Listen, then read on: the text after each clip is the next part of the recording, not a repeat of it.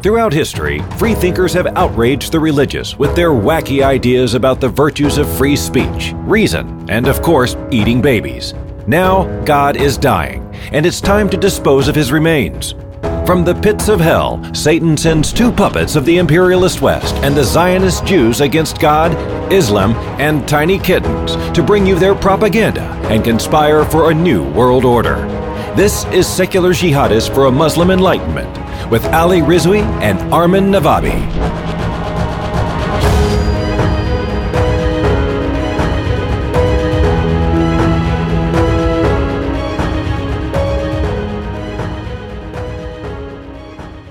Welcome, everybody, to another episode of Secular Jihadists for a Muslim Enlightenment. My name is Ali Rizvi. I'm the author of The Atheist Muslim, A Journey from Religion to Reason.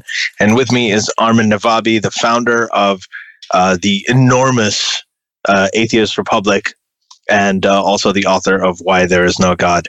Good evening, Armin. Hope you're well. Hello. And there's a very important day. Today, as we record this, we're just a couple of days away from December 25th, which is a momentous day because it is Armin's birthday. Oh, that is the main reason. And then on a minor point, it's also Christmas.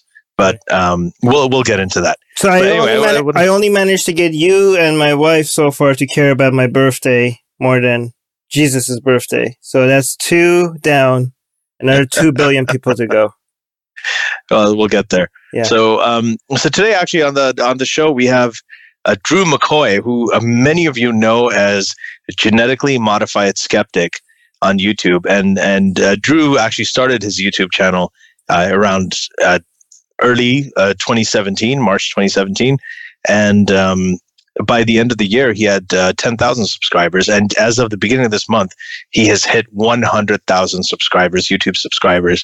And I've been hearing about his videos, and they're popping up all over the place. He's got millions of views.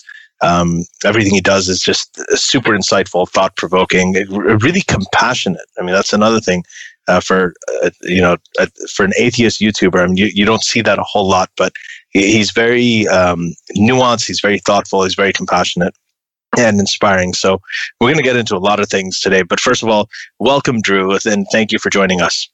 Well, thanks for having me. It's not every day you get to be on your favorite podcasts. I mean, unless you guys, your favorite podcast is your own, which that might be a little egotistical, but yeah, I'm really happy to be here. Thanks for having me on.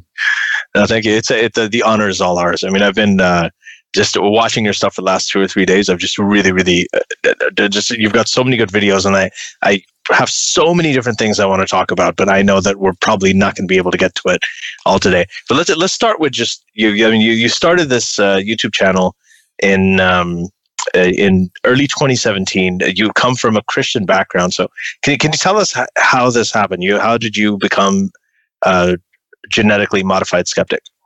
Yeah, so I was raised Christian fundamentalist. I was independent fundamental Baptist. It's kind of funny because I just had Vidu vids and Mimsy vids, RK, all on my channel, and we kind of compared and contrasted some of the things that were a little bit more fundamental about what we believed, and we had a whole lot in common, except Vidu told me that he could dance and I couldn't, and so he had that up on me. But and then I was raised that way. I believed all of it. I wasn't one of these people that was young and kind of like questioning it, like, oh, maybe this is true. No, I totally bought it until, adulthood. And I was also in college kind of surrounded by people who sold certain types of alternative medicine, specifically essential oils. And that was a big part of becoming a skeptic for me. Basically, long story short, I became kind of an agnostic right after I graduated from college, or around the time I graduated from college, which was in 2015 and like end of 2015. And then by kind of the beginning of 2016, I realized, I'm an atheist, and I called myself an agnostic atheist. And eventually I realized that I needed to get some of my ideas out there and thought I could have a positive impact and have a good time doing it. So I decided to start a channel about a year into being an atheist or so. What was it in college that made you go agnostic? You're saying that you became agnostic shortly after you finished college, but what did you study? Was there anything that you studied there? How did that come about?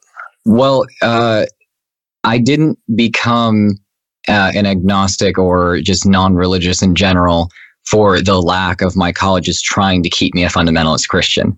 I went to a very Christian university, and we had to go to chapel 3 times a week. And, I also went to church. So I was in some kind of church service about 4 or 5 times a week, plus a devotional starting out every single class. So I had some kind of thing going on every single day, multiple times a day.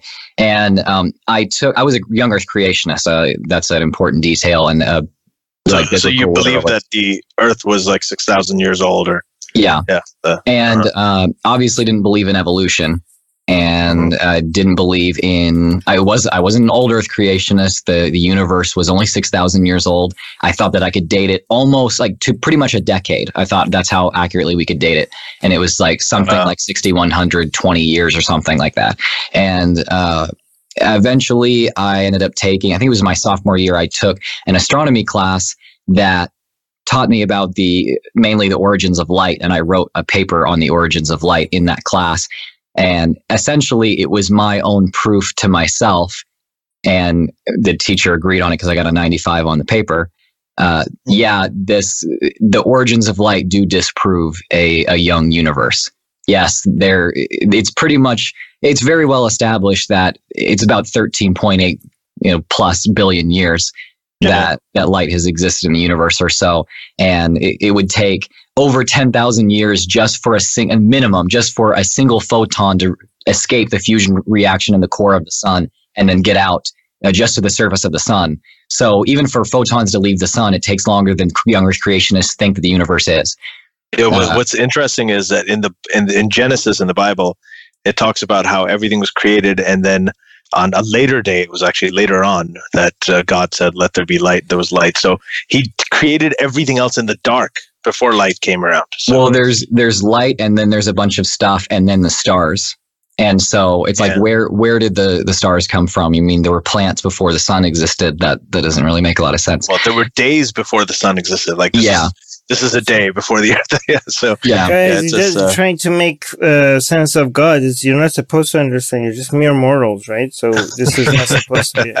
Anyways, but so if you're an ex-Christian, right? So but one thing that got a lot of ex-Muslims interested in your channel was the fact that you didn't pull any punches against Islam. I know a lot of people that came out of other religions, when it comes to Islam, they just dance around it, either with the excuse that this is not my background, or this is something that I don't think I should be talking about. It's not my experience.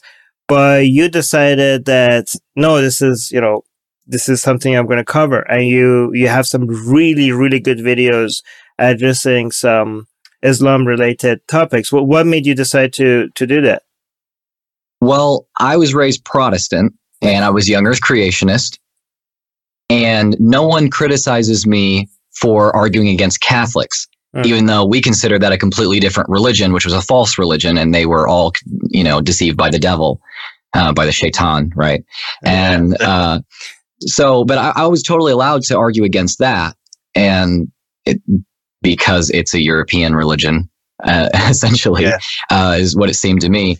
And then when I started learning about Islam, and I knew a little bit about it when I was a Christian, and when I became an atheist, I wasn't scared of the Quran anymore. Like, I was literally afraid of the Quran growing up. I was told that, basically jinn possession would happen, like demon possession could happen. They'd come right out, like fly out of the pages and corrupt your mind. As a Christian, you were told that if you read the Quran, that you could get possessed by demons? You were susceptible to demonic influence at the very least. Yes. Interesting. Yeah. And I was also told that you had to wash, like all Muslims all believe that you had to wash your entire body from head to toe and exfoliate your skin. And like, even it would like hurt, and to even be able to look at the Quran that you owned. And I was like, only if you're a Kardashian. That's it. Otherwise, no. But yeah, so I was taught all these kind of crazy things about Islam. And then I started learning about it when I became an atheist. And I was like, you know what?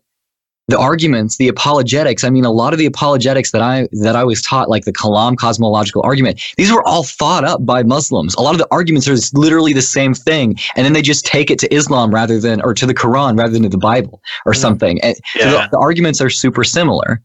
And a lot of just the thought processes, like the post hoc rationalizations, the scientific miracles, the interpretation craziness that goes on, they're the same arguments as are used in Christianity. So why is it any different that I criticize Islam if I do my best to try to understand it well than criticizing a completely different denomination of Christianity?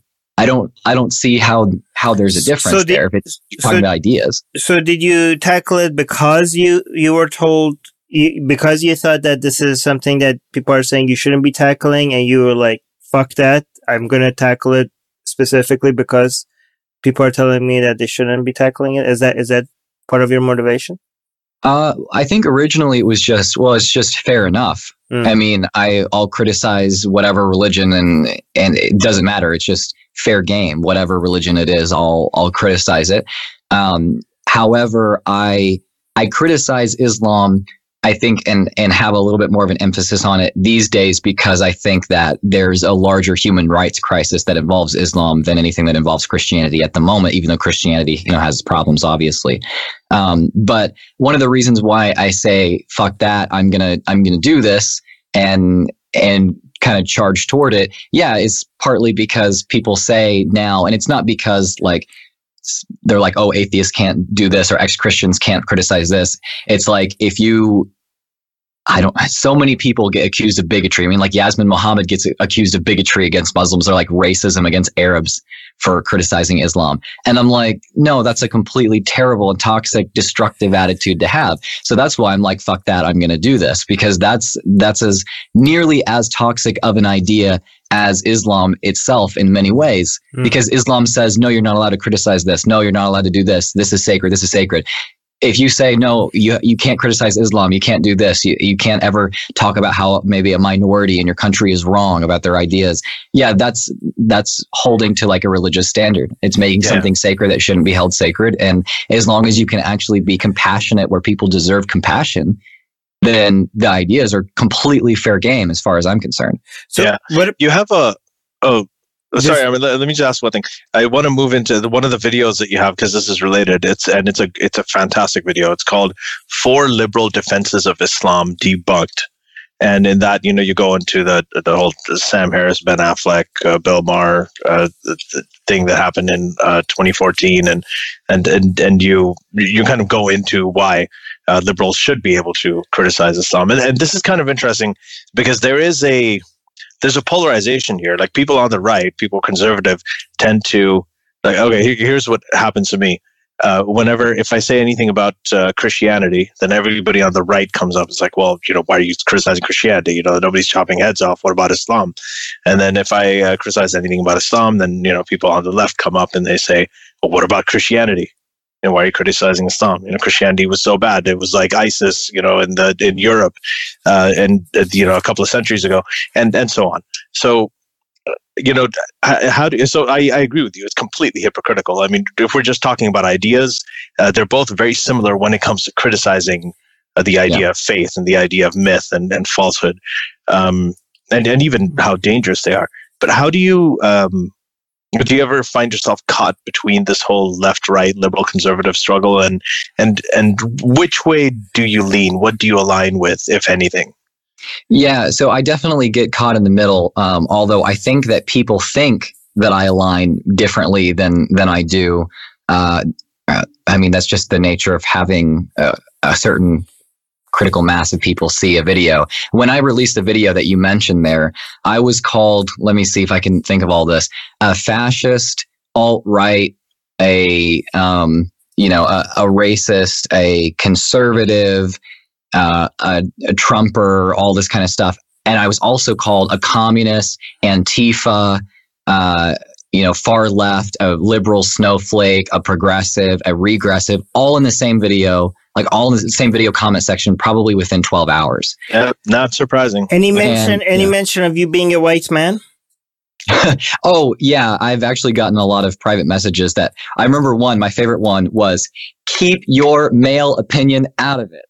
Because I talked about hijab and I thought that was hilarious. And then I was just like, I'm curious about this. And we went down the rabbit hole just a little bit. And it turned out that the person said, yes, there are women in Islam that are oppressed because they couldn't deny things happening in Saudi Arabia or things happening in Pakistan or even certain parts of India or whatever. They couldn't deny that bad things were happening. They disagreed with because they were like a Muslim feminist.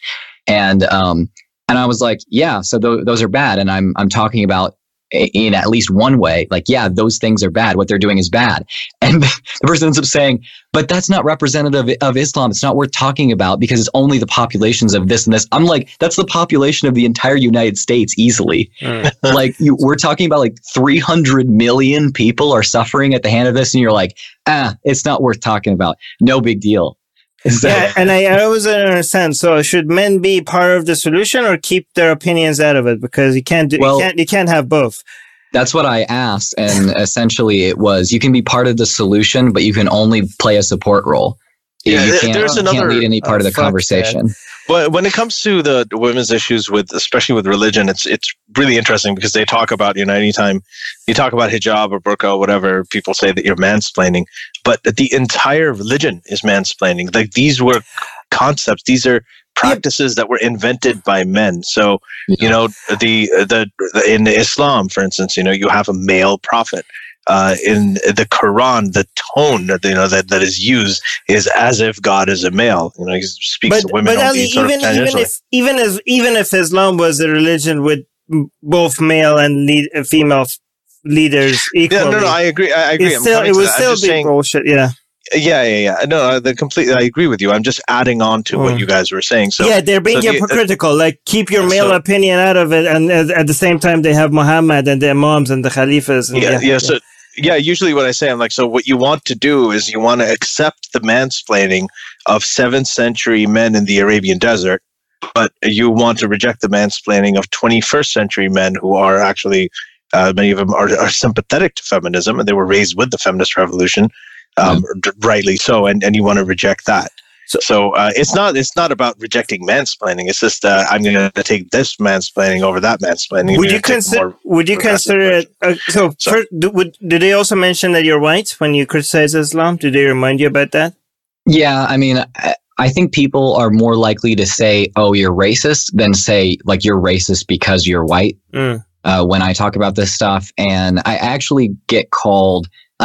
I have people saying, "Oh, you're forgetting about this part of the issue or this or that," more than I get called names, which I guess is a step in the right direction. Good. It's closer to being a good conversation. But yeah, I mean, people say, "Oh, you're white. You grew up in Texas. You've never been outside of the United States or something," which is not true. You never met a Muslim. You never done this. And yes, that because you're raised Christian and because you're white, like you can't talk about this. And one of the things that just the place you have to go is, that they're like white Muslims that have been raised in the United States and have lived their entire lives in the United States, and they're allowed to be accepting of Islam and say Islam is a great idea. It's awesome. I love it. But the same people in the same situation, even if they have a similar level of education on Islam, then they're like, I'm not allowed to talk about it because I don't accept it. You're only allowed to say nice things about it. Yeah, I mean, if tomorrow you said the Shahada and you turn Muslim, there's not going to be that Muslims complaining about like, no, you don't understand because you're white. They would be accepting you with open arms. But do you consider it racist and sexist when people keep mentioning your sex and race when it comes to the ideas that you're trying to criticize?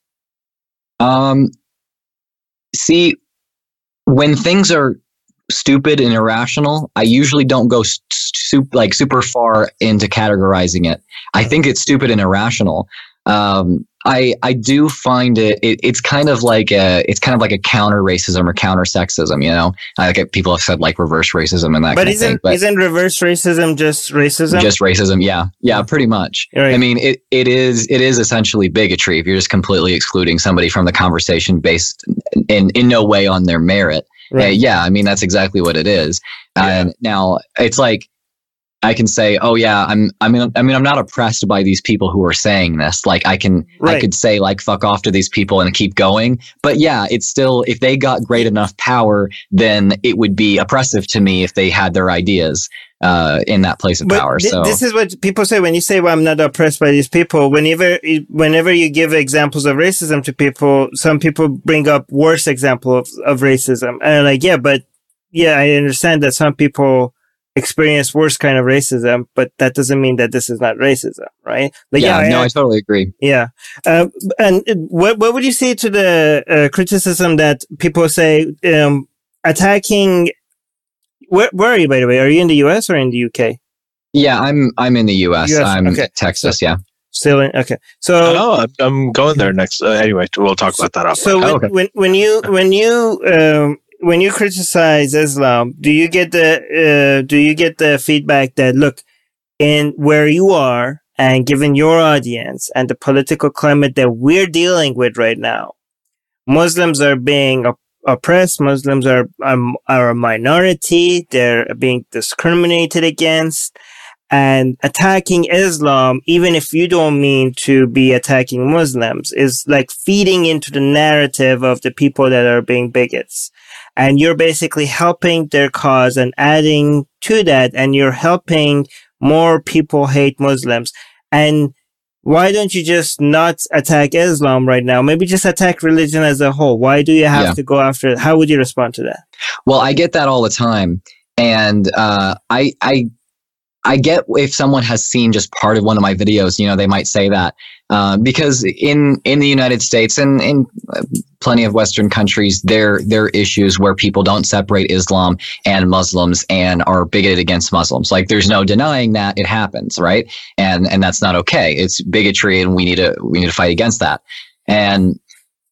But if you watch my videos, and if you look at even like the demographics, like in my demographics of people who click on the videos about Islam, I think that I'm doing just as much to fight, or maybe more than some people, to fight bigotry against Muslims, because my videos about criticizing Islam are a Trojan horse for pro-compassion toward Muslims and pro-equality and acceptance rhetoric. I mean, I have a video that's called Muslim Feminist Accidentally Discredits Islam. Now, I got so many, that video has like nearly 300,000 views, I think. Yeah, and I got so many like right-wing comments on it.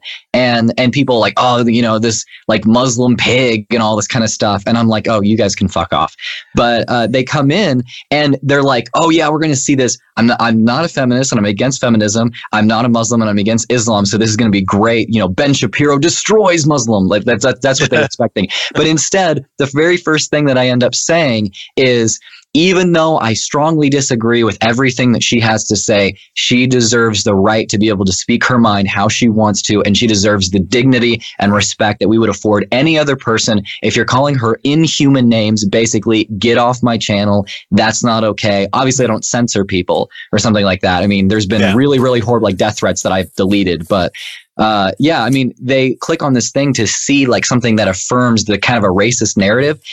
And then they see somebody criticizing Islam while saying, no, like this person is a person and deserves respect, while I can criticize their ideas and still love and respect and be compassionate toward them.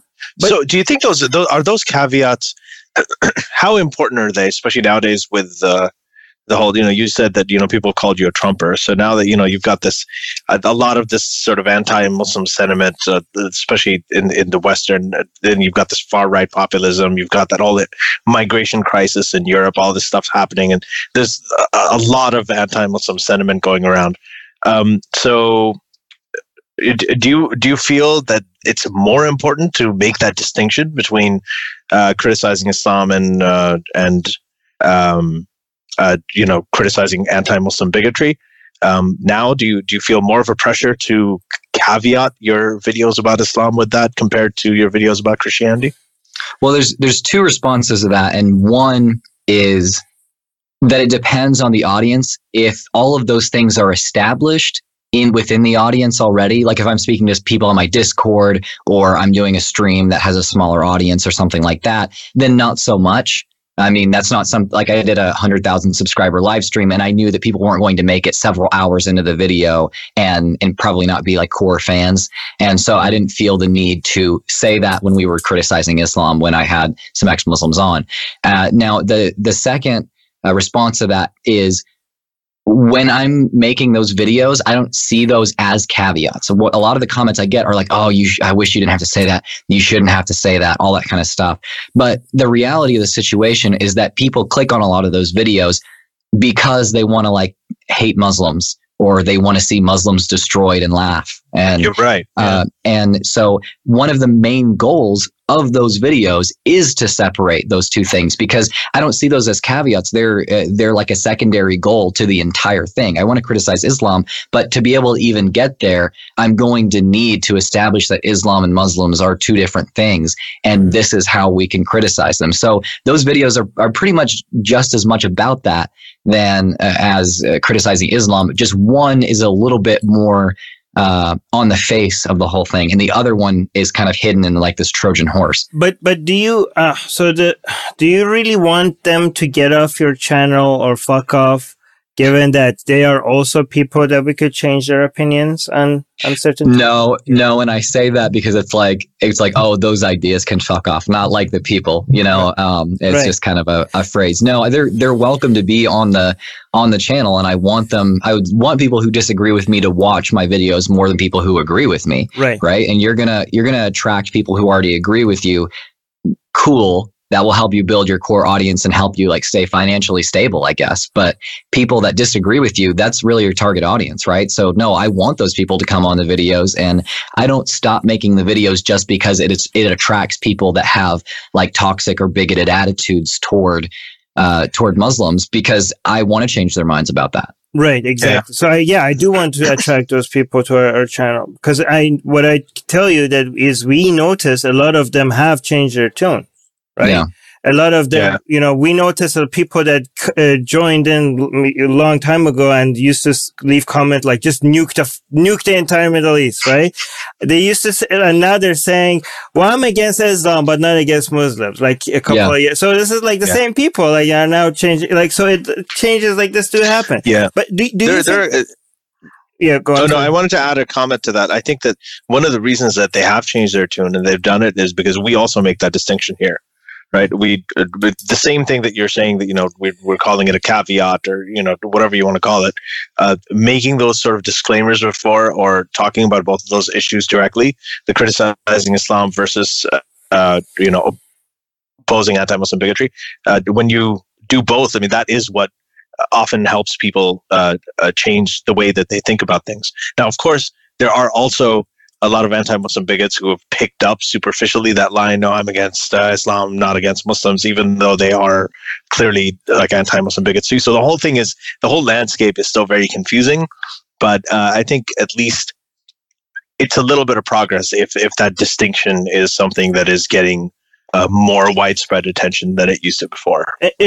Here's another thing though, but do you think that do we have, like, the people that don't choose to do this? Like, for example, a lot of people say, yes, anti-Muslim bigotry is a problem, but on a global scale, Islam is a much bigger problem than anti-Muslim bigotry, right? And you could focus on whatever you want, right? Like, people say you could focus on Christianity. Nobody should be able to tell you that, hey, why are you not attacking Islam?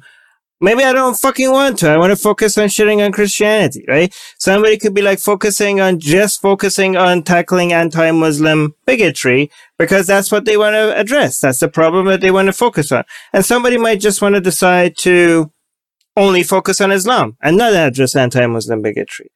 But one thing I would say though is like, attacking anti-Muslim bigotry actually does help your anti-Islam battle, right? Because more people take you seriously. So even though Islam is a way bigger problem than anti-Muslim bigotry as of right now, but your anti-Islam your anti-Islam work would be way more effective if you do also have fighting against anti-Muslim bigotry. So Yeah, you have to know the audience. You have to know the landscape of the issue at the moment. And yeah, I mean, like, I think both of them are problems. And yeah, I do think that Islam is likely a much bigger problem than that. I mean, ex-Muslim bigotry is bad, but there are fewer people being physical assaults and bullying, harassment and things like that obviously do happen. There was that video of the Syrian refugee boy being bullied in the UK recently, and I think Majid Nawaz reached out to him. Yeah, those things are really terrible. Don't get me wrong, but they're not chopping that boy's head off, and there are probably nearly as many Wahhabis out there as anti-Muslim bigots. And so yeah, that needs to be addressed. So yeah, at the moment, you're right, Armin. It does help me address Islam itself, and I don't think that anyone is obligated to address this problem or another. If you want to address one but not the other, you can. That's okay. I mean, like, I can't tell you how to go and active in your activism. You have to choose that and let your kind of passion lead where you want it to. But yeah, for me, this is the most effective formula, especially because in the video we mentioned earlier for liberal arguments for or defense of Islam debunked, I'm a liberal myself, and most of my audience are also liberals, and I've seen those defenses in my own audience. And so I know that I have already established, yeah, like I'm a liberal. People call me a soy boy all the time, so I must look like one, and I can probably discuss with liberals about why liberals are wrong, and they'll be more likely to take it seriously than if a conservative maybe does. And so that's the reason why I direct my attention in that way, because I think that I'm in just the right niche to be able to actually change minds. I was actually going to say exactly what you just said. I mean, like, I get the same thing, the soy boy and the liberal snowflake and everything, and it's great. I welcome it. I embrace it. But it's but that's exactly the reason. I think that if I the one thing that liberals are very conscious of, and most of my audience is liberal, most of my friends are liberal, and they're very conscious of the whole bigotry aspect. They don't want to come across as bigots, right? So when I talk about it, I address both of those things. And the reason I do is because if I just do one, then I'll get a lot of right-wing and conservative people liking it. And then I'm in an echo chamber. And it's great. It's great. I could probably double my Twitter followers and, all that stuff by going down that rabbit hole. But I don't just want to make a point. I want to make a change. I actually want to reach out and talk to people who see, what's going on there. Like, okay, yeah, this guy's a liberal, but okay, so he criticizes Islam too. Well, why is that? And it has been very effective, because I want to try and change the minds, to talk to the people that I'm aligned with. Yeah, that's my issue. And that doesn't mean I want to alienate everybody else. That's just the way that I choose to do things. But I have a lot of respect for people who don't. Like, there's many people who don't do that.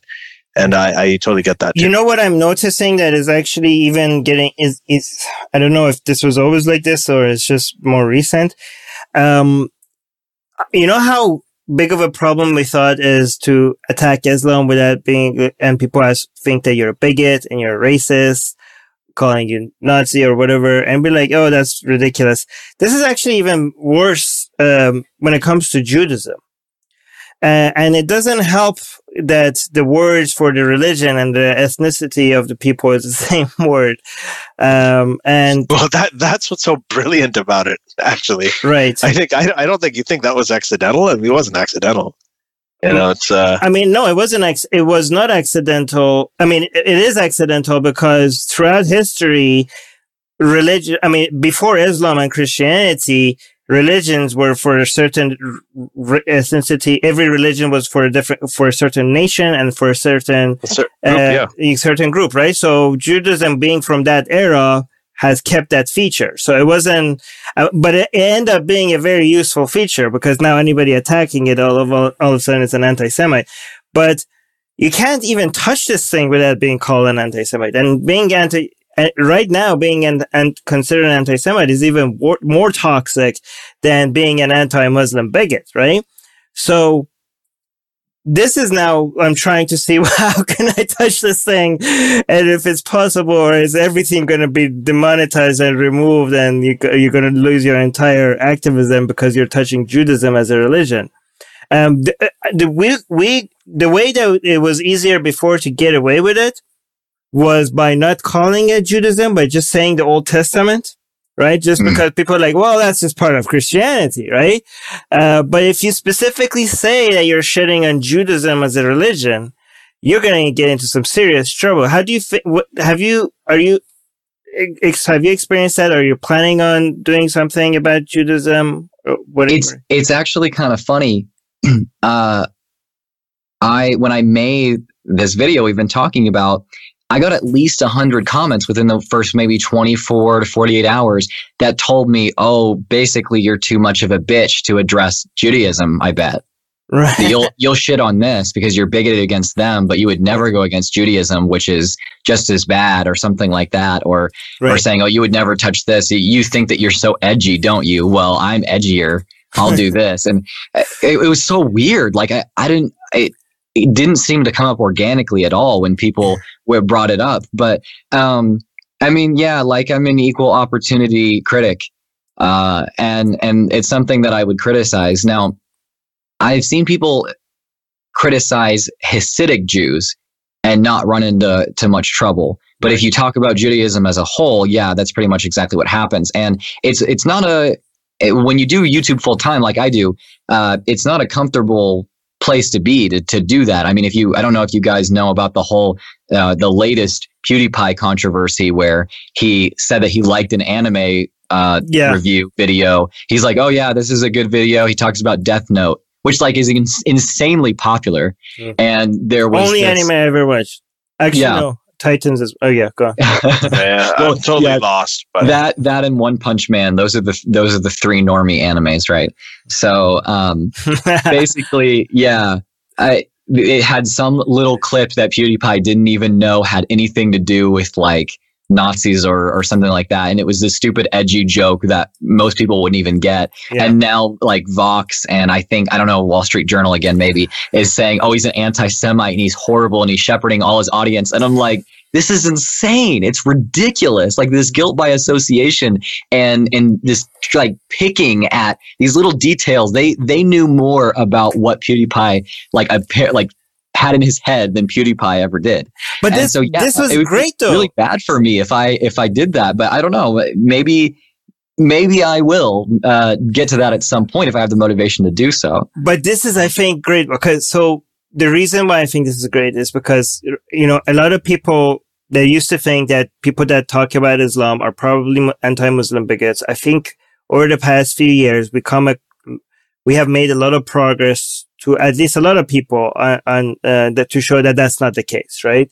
We're just arguing against religions like we do against any other bad idea, right?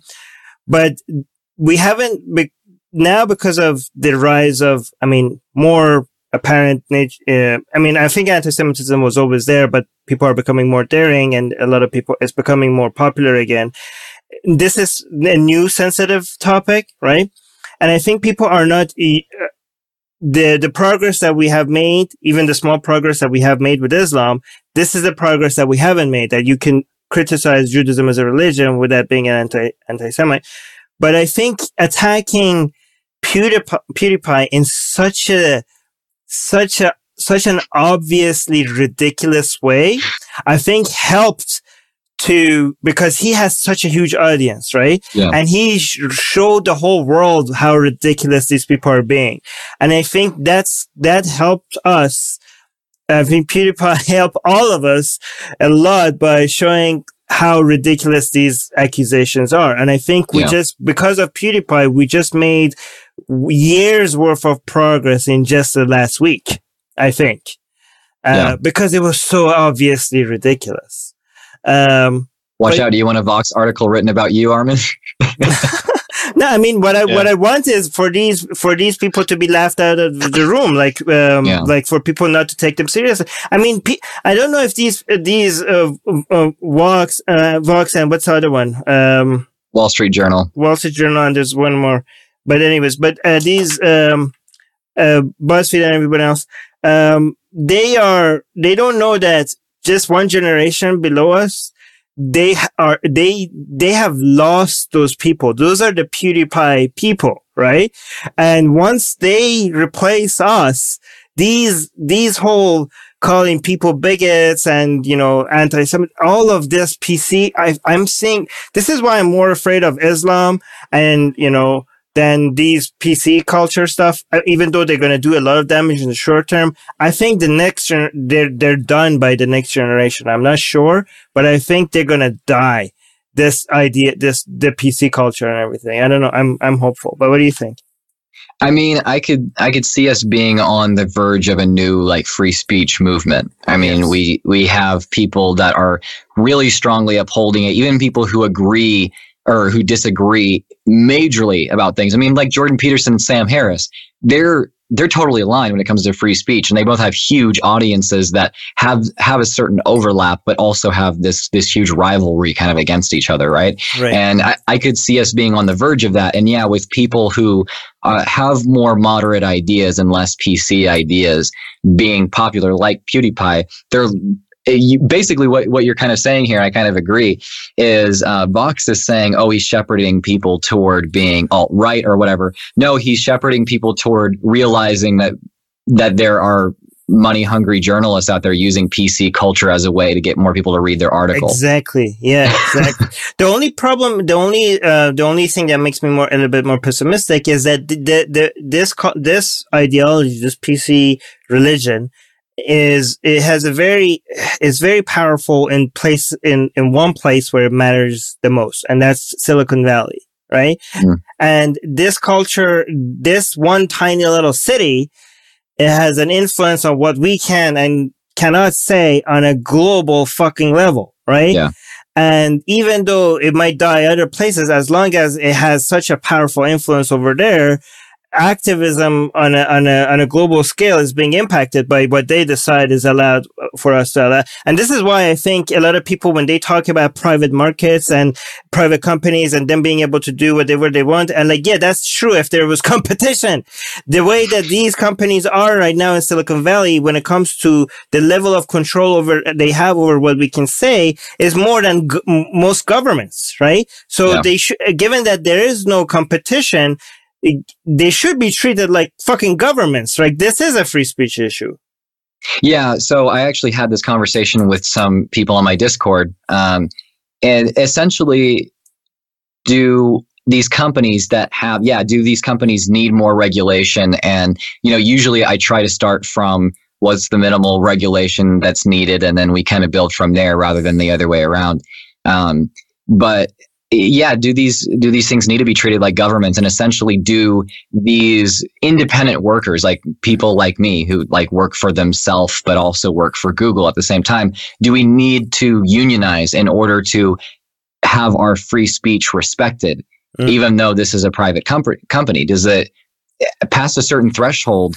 Does our government, or do governments in various countries or wherever these are based, need to say, you know what, once you get this certain amount of power, you have to be treated differently, and there's different laws? It's almost like a tax bracket. You go up to a certain population in your company or impact or whatever, and you're treated a little bit differently because of your differential in power. But isn't that a little that's kind of against the whole free market idea? Because Yeah, and that's the reason. I think that's why it's so scary for a lot of people. Well, it's very scary because first of all, you have this whole idea of, is there competition or not? And the thing is, there's many different platforms. Facebook targets a lot of ex-Muslims, for instance. They ban them all the time. Twitter doesn't do that to that extent. Patreon's a whole different thing. All of these different companies, their rules and regulations vary. I mean, they all kicked off Alex Jones, but Twitter kept him on for a little while, and so it really depends. No, they cooperate, Eddie. They are talking with each other. Okay, they do whatever they do, which is anti-competition. The thing is that this is not, and I think we've talked about this before. When we talk about free speech, legally, the legal right to free speech, that is not impinged in any way. I mean, Alex Jones is still out there spewing whatever he wants to spew. Yeah. These Laura Loomer, that lady who was that her who was protesting outside the Twitter office, who handcuffed herself to the. I think so. Yeah. So anyway, So she was, so she was protesting, and so she's able to say whatever she wants to too. Like none of their legal rights, their First Amendment rights, are fully intact. So this is not a this is not a question about whether Twitter should allow free speech, because Twitter has absolutely no right and no say in allowing free speech. But it does have a say in whether we're going to give you a platform for your free speech. Yeah. So this is a platforming thing. But it's still so illegal. But it is still a legal issue, maybe not from a free speech perspective, but from a competition from a monopoly. Yeah, from monopoly perspective. Because they are actively working with each other. And I mean, the fact that like whenever that's not a monopoly. That's not a monopoly. Is like, you know, for instance, what Microsoft would do. I mean, that was a monopoly. There was an actual case against them. But this is not something that's happening with these. No, when companies get together and they do price fixing or do whatever, they buy each other out and all that, or do whatever that makes reduce competition, the government does have a case to get involved. And when you see that like all social medias except Twitter start getting rid of somebody together at the same time, that shows cooperation. When you see Sargon being removed from Patreon, and then as soon as he goes to Subscribestar, PayPal pulls support from Subscribestar, that shows some level of cooperation. There needs to be this is not fair. This is not free competition. By the way, for whoever is listening to us, no, but it is free, because they're saying, okay, you know, PayPal doesn't have to do that. They don't have to pull it off. Like, these are companies who have certain audiences. The thing is, the vast majority of people out there, if they don't like what he's saying, you shouldn't be able to. The government has you shouldn't be able to cooperate when your cooperation is reducing competition. This is anti-competitive. No, it's also very anti-free market, though. Ali, Philly, this is Econ 101. The government, I'm a libertarian, but that doesn't mean that I'm against government getting involved. The government does have to get involved when companies are reducing competition. If there's a monopoly, I think free market. I just don't think that that's the monopoly. No, I don't think it's got. Let me finish my thought. Let me finish my thought, because free market requires government intervening, because free market requires the government to create the environment where competition is happening, right? So whenever competition is so if you want a free market and companies are doing something where competition is not happening, there is a case for the government to get involved. That's not against the free market. In fact, you need the government. Microsoft. In fact, you need the government for a free market. But go on, sorry. Yeah, so I mean, I'm saying that happened with Microsoft. I'm not disputing that, you know, the monopoly laws and everything, those regulations should be there. But I'm just saying that I just don't think that. And by the way, I'm not a fan of deplatforming either. I don't think Alex Jones should have been kicked off of anywhere. I actually don't. I don't think that the Sargon guy should have been kicked off. I don't think any of these guys should be deplatformed by these companies. But I also don't think. That I don't think YouTube should be demonetizing videos with, you know, the tag ex-Muslim in it, which is what YouTube does. But at the same time, I think it's a very dangerous, slippery slope if we start, redefining what it means. Like if Facebook comes out and says, okay, Instagram's getting big, we're going to buy them out, and they buy them out, and the founders of Instagram willingly sell it to Facebook. I don't think that's. I think that's very different than, you know, what was going on in the Microsoft case, for example. So anyway, that's a long discussion. While we go to before we go to something else, I just want to mention to all our patrons that if you do want to find alternative platforms to than Patreon to help us, please stay a little bit. As soon as there is an alternative. As soon as there is an alternative, we will provide that alternative, but please don't leave us until we find that alternative. We really need you guys. Are you seeing any issues with your Patreon account because of all this mess? No. And, you know, I've seen some people say, oh, well, the only reason why such and such people are losing any Patreon dollars is because they cultivated a toxic audience and they had Nazis in their audience and stuff. And I don't buy that. But, I mean, I think that maybe I've had a couple of people they get off Patreon, people that were, you know, between $1 and $5, just like a handful. It couldn't be more than 5. Right. But there hasn't been any real impact on my Patreon recently. But so I'm a little surprised, but I mean, it's good for me. But are you going to provide, like, once there's a good competition to Patreon, will you be providing that as an option? Yeah, if there's good competition, like if there's an actual, reasonable alternative, then I think that's a good thing to do for, the moral conscience of anyone who has that kind of objection. I would want to do that. And I already have, I have PayPal, which people don't quite hate as much as Patreon at the moment. And some people have resorted to doing that already. Right. So yeah, we have PayPal on secularjihadists.com as well. But it's bizarre to me that the video that they are referring to attack Sargon. The one video that they picked was exactly the video where he was fighting against Nazis. That's so ironic that the accusation of somebody being alt-right. I mean, whatever you want to say about the language he chose, you could agree or disagree with that, but that was specifically a video where he was attacking alt-right and neo-Nazi people, and he was just using their own language against them. It just shows that they're so out of touch with the conversation. This, and also like the YouTube Rewind. Did you see that it became the most the most unliked video in the history of YouTube? Ended up being a YouTube video. It just shows that these platforms just don't get their own community. Yeah. Yeah, I agree. I mean, I really can't say it any better than you did, especially about with Rewind. They're not on the ground level, and you'd think that it's accessible enough with people like PewDiePie being involved with people who don't have tens of millions or like over 50 million subscribers or something. It's not actually that hard to kind of get the feel of the actual community of YouTube. Right. As long as you're not like a preteen, it's pretty easy, because maybe if you're a preteen, you're just going to be watching like Fortnite videos and you think that Logan Paul, Jake Paul, Lele Pons, and all this kind of like bullshit defines all of YouTube. But if you're an actual adult and can notice basic trends, I think it's really easy to figure out what the core community of YouTube kind of is. And maybe I'm biased because I'm a YouTuber. I do this full time. But yeah, I don't think it's actually that difficult. I think that really what it has to do with is kind of what you already said. There's this political bias within this certain area of the country, and they're idealists, which want their community to be something which it's not. And so instead of trying to, I mean, they do it to a certain extent, try to regulate it to the point where everyone agrees with them. They also pretend that everyone already agrees with them. But the thing is that the preteen or whatever, what they're gonna want to do is they're very interested in doing the things that people are going to tell them that they shouldn't be doing. Especially with this whole online stuff, they notice that it seems like this is the thing that is going to get the most reaction out of people. I'm going to go do just that. And they're just going to push the limit.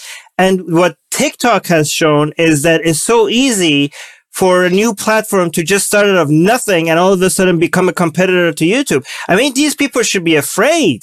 I mean, like the barriers for people jumping from one platform to another, especially with this hipsterish attitude that I'm going to be somewhere where most people are not, is a threat to them.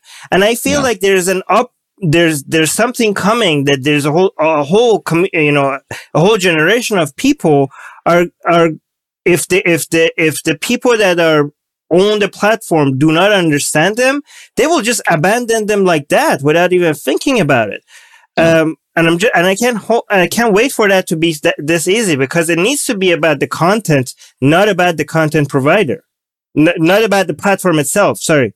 Yeah, no, I agree. And as soon as there is this viable alternative, people thought it was VidMe for a while, I believe, but as soon as there's this viable alternative to YouTube, not only is it going to be beneficial just because of the lack of demonetization and things like that, hopefully, on this new platform, but yeah, if you get on there first, I mean, if I got on a platform that ended up being a viable alternative to YouTube within the first couple of months of it starting up, I would probably be one of the biggest atheist YouTubers of all time. And so there's a huge incentive for me to do that. That's right. And you'd be like one of the pioneers, right? I mean, I'd be one of the pioneers of that. And it wouldn't be because my ideas are new or something like that, just because I came first on the platform. Maybe we should put secular jihadists on TikTok. I don't know if that's going to work. I think so. They had so I had a question that there's this thing called Gab.com, right? So I read about it after this. Who's that guy? The recent guy who did the shooting. The guy who did the and they removed the anti-Semitic, the guy who killed all the Jewish people in the synagogue. So he was apparently on Gab.com, right, quite a bit. So is that one? That's one of the alternatives that was getting fairly popular, right? Yeah, I'm not saying that everybody there is. I understand. But that shows how ridiculous it is. Because was it PayPal that pulled out of Gab because that guy was on Gab? Gab is like an alternative to Twitter. Oh yeah. A lot of people pulled out of it. But it doesn't make sense because there's also a lot of terrorists are also on Twitter. Why people are not supporting? Like this is why I'm telling you, man. This is not free. This is not fair and free competition. There's standards. But it is. Whoever tries to compare. Here's why it is. Here's why it is. So what happens is that the Laura Ingraham goes out and says some shitty thing about the victims of the shooting, the school shooting in Florida, right? And then there's this widespread, public pressure for advertisers to pull out of it. The advertisers obviously want to sell to the public. The public who's buying this stuff, they're like, pull out of it, and then they pull out of the show, right? And that's also that's also free speech and free market at work. That's not what I'm saying. What the people that pulled out of Gab was not just the advertisers; was their payment processor. Okay. That's not that. Why is the same standard not? Let me see. Actually, what was it? Gab and PayPal? Was it the payment processor? The thing is that you're getting cut in and out. Is that happening for you as well? I'm not getting about being boycotted. The payment processors. Yeah. That's a problem. Oh, sorry. Can you hear me now? Is it okay? Yeah, you're back. Better? Yes. Yeah, I'm saying even the payment processors. Get better internet. Even they are. They're under pressure. They're being threatened with boycotts because you got to see the majority. No, Ali, you should listen to my point before. My point is that when the amount of pressure GoDaddy and PayPal put on Gab is not the same pressure that people put on Twitter, Facebook, and YouTube. Okay, the pressure that these companies get, are just advertisers pulling out, which is fair enough. The pressure people like BitChute, Gab, and Subscribestar are getting is pulling out the services that you need to even run the fucking business. You know what I mean? Like PayPal, the payment process. You like Stripe and PayPal and anything. Like you can't even host wherever you're hosting your data. Like you can't even function without these things, right? If advertisers want to pull out, that's fair game. But I'm just saying the standards of the companies that are coming as competitors to provide a more free speech environment, a free environment for people to start, they are not dealing with this. It's not just that these are big companies so they're hard to compete with. It's more than that. It's just they're not playing the same game. Why do you think PayPal would pull out of it? Well, but because if you look at the Silicon Valley, what are the reasons? Let me answer. If you look at the Silicon Valley culture, they talk to each other. These CEOs, they talk to each other and they have each other's back. But anyways, go on. Yeah, but I mean, so if there is a CEO saying, "Listen, I think my conscience is telling you, my friend PayPal CEO, to pull out of this thing," and the PayPal guy's like, "Wait, we're making shitloads of money from this. Why would we pull out?" Or would he? I mean, there's got to be a reason. I think the reason is Drew. What do you think? Well, I'm enjoying the conversation. The thing is that I think that my ideas at this point are too malformed to be able to actually provide any kind of helpful commentary. But I do have to mention my helpful commentary that I can provide is that for the people listening at home that cannot see the screen, the people who are not patrons right now listening in posterity, Ali has done some really great, entertaining work with his eyebrows during this conversation, and Armin's face has been only halfway in the screen, so know that both of them really care about this. This is awesome. I get a front row seat to this, so I'm happy about it. In the patron chat, the great Razib Khan is calling me Ali Paul Ryan. He's saying I'm taking the Paul Ryan position on this. So and that's true. I am kind of like on this kind of thing. Like I agreed with the Citizens United decision of the corporations or people. So did the ACLU, by the way. Armin, so, I want to see you on a video, BuzzFeed video that's "I'm libertarian, but I'm not." Fill in the blank. As if they would ever do that. Okay. All right, guys. So let's do this. Let's move back to. I wanted to ask him about Buddhism and Hinduism, because this is something that you tackled on your YouTube channel, right? Yeah. And this is something that is like apparently sacred for most atheists to even touch. So you didn't hold back on things, something that, you know. So when you talk about Islam, you got the regressive left shitting on you, right? When you talk about Christianity, you have the alt-right and people shitting on you, right? Especially even atheist right-wingers that think Christianity is special for some fucking reason.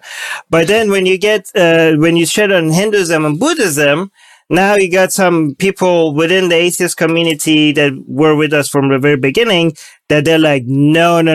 This is not even a religion. You don't understand Buddhism. You don't know what you're talking about. This is a way of life. It's a philosophy. It's actually very useful. So this is something that, you know, a lot of atheists are very sensitive about when you start attacking, but you didn't hold back on that as well. Do you want to say why you decided to tackle that? Yeah, because I think that the reasons that we give for criticizing Islam or Christianity, that we think that the truth basically has utility and that we want to believe things that are true and not believe things that are false. Right. And we think that we can live the best, most fulfilled lives when we have as much truth as possible and then we learn how to function within those confines. Yeah, if we actually do think those things, then we shouldn't believe things that are not true. And if something is not true, then there you go. Done. You should have the same attitude toward it. And I don't understand what that simple. Yeah. There's a special pleading. And one of the things I talked about in that video where I talk about Eastern religion, I went on vacation to Singapore and I was just like, this will be cool because I wanted to do like religious tourism anyway. I wanted to go to temples and all this kind of stuff. I thought that'd be fun. So I was going to go anyway, just for fun.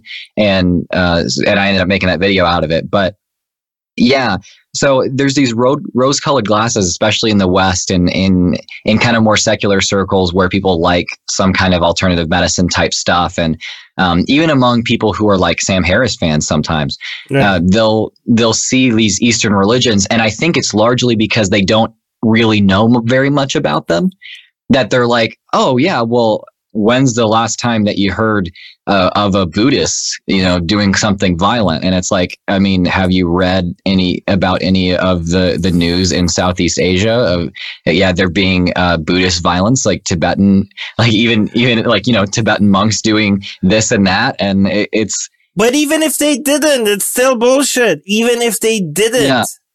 Well, the thing is that people a lot of the time go one step beyond like, oh, it's not true. So people will say, oh, it's not true. That doesn't mean that it's necessarily harmful. And to a certain extent, I agree with caveats. But no, if there is this, there are ideas that like you're motivated to speak against more so if you can see this harm that's prevalent in your society, like surrounding you. And that's one of the phrases I use, like in the society around you. So I know Christianity, and a lot of people around me know Christianity well. We have at least personal experience that motivates us to speak against certain things that are harmful. So that that's what we do. We're not raised against or with these religions. And so we never personally seen any of this stuff. But the issue is if it requires personal experience to motivate you to think that this is worth speaking against, or this is worth saying, hey, this isn't true, or criticizing, then I think that is, that's a kind of a messed up priority. I mean, I don't have as much personal experience with Islam being harmful, like in the society around me, because of where I grew up. Like I was always in Texas, and but I still realize that it's a problem globally. I think that's a lack of empathy for people around you. Exactly. But and if believing in things that are not true is harmful, okay, that's if your belief system is not based on reality, you are at a disadvantage to somebody that their belief system is based on reality. I mean, how many people are killing each other because of palm reading? We don't, but we can, or astrology or whatever, right? Like these are things that we know that is bullshit, and we tackle it because we want to fight the idea in believing in nonsense. Because, and again, this is something I always say, if you allow believing in harmless nonsense without evidence, you're also allowing belief in harmful nonsense without evidence. Because the people that start believing in palm reading or in zodiac signs or whatever, or, you know, want to go get their fortune told to them or something in a crystal ball, none of this you could point to like, well, I can't see what the harm in that is. Well, these are just, if you don't address that, if you let people be this gullible, these are the same people that if you tell them vaccines cause autism, they will believe you, right? So you haven't trained. If you see bullshit, tell people why it's bullshit, because it's like, you're training them to, giving them an effective bullshit radar. So now when somebody tells them that vaccines cause autism, they're trained to be skeptical and think about things. You don't, you know, people are like, oh, I just care about whether the bullshit they believe in is harmful or not. Well, the thing is that if you didn't give them the filter to recognize what's bullshit and what's not, what comes after that, you don't really have much control over which direction it goes, right? Like, yeah, and that's actually one of the points I make directly in the video is, okay, so this is great and peaceful right now. Let's give you every positive point that someone may posit about Buddhism or whatever. But if your epistemology is such that you'll accept things without evidence, right, because it's instilled in you through dogma, what if someone comes in and decides to kind of get creative with dogma, recreates this? There's a reform movement that goes to the negative, and you know, in a couple generations, you have a bunch of Buddhist terrorists. Well, exactly. What happens then? Well, then you have those terrorists have the same epistemology as you, and the epistemology can be monumentally harmful. So the epistemology is not okay, and that's something that I focus on more than the individual beliefs, is the epistemology behind it. And if we fundamentally are criticizing religions because of this faulty epistemology behind it, then it needs to apply to things across the board. Because there's not an exception there, right? Even if this thing is not like as harmful as is being a Wahhabi right now. We know that this is a vital component to that. And so it still deserves criticism. You had an example in one of your videos about a napkin religion where it was, am I correct? Like that was interpreted in 3 different ways. And you were criticizing atheists can you, because I really like that one. Do you want to explain a little bit? Because I want to let you know, and now let you know how it translates to what we were just talking about. Yeah. So, what I was talking about there was understanding what the true meaning of a religion is, or what a religion truly is. And so imagine there is a religion of the napkin. Someone leaves it in a bar. They just write a note that, I think it's, I can't remember exactly what I thought that it said. But it has a few interpretations. I don't remember the exact message. I wish I did off the top of my head. I wrote it. So, you know, I'm the founder of the religion of the napkin. So this is how much people who invent religions have, are invested in their own religions. But so one interpretation was that we should drink as much as possible and have fun, and being drunk is great, awesome, and okay. The other one is, no, you should not drink at all. And it's the same message. What was the original message that we were interpreting? Well, that's what I'm trying to remember. I'm going to have to look it up actually on my notes here, because it's kind of important to the point. Yeah. But yeah, so there's 3 interpretations while I look for this. So one is that we should drink a lot, drink a ton. One is that you should not drink at all. That's not okay. And one is that you should just drink in absolute moderation based on consequence of your own drinking. It's a personal choice. You're very pro freedom of practice of drinking. And what should we look at? How should we determine what the religion of the napkin is? Should we take one of those interpretations and say, this is the one true interpretation, this is the only one, and if you're interpreting it any other way, then you're wrong. Even if you don't believe in the religion of the napkin, you don't follow it, you still decide to take one interpretation and say, this is the real one.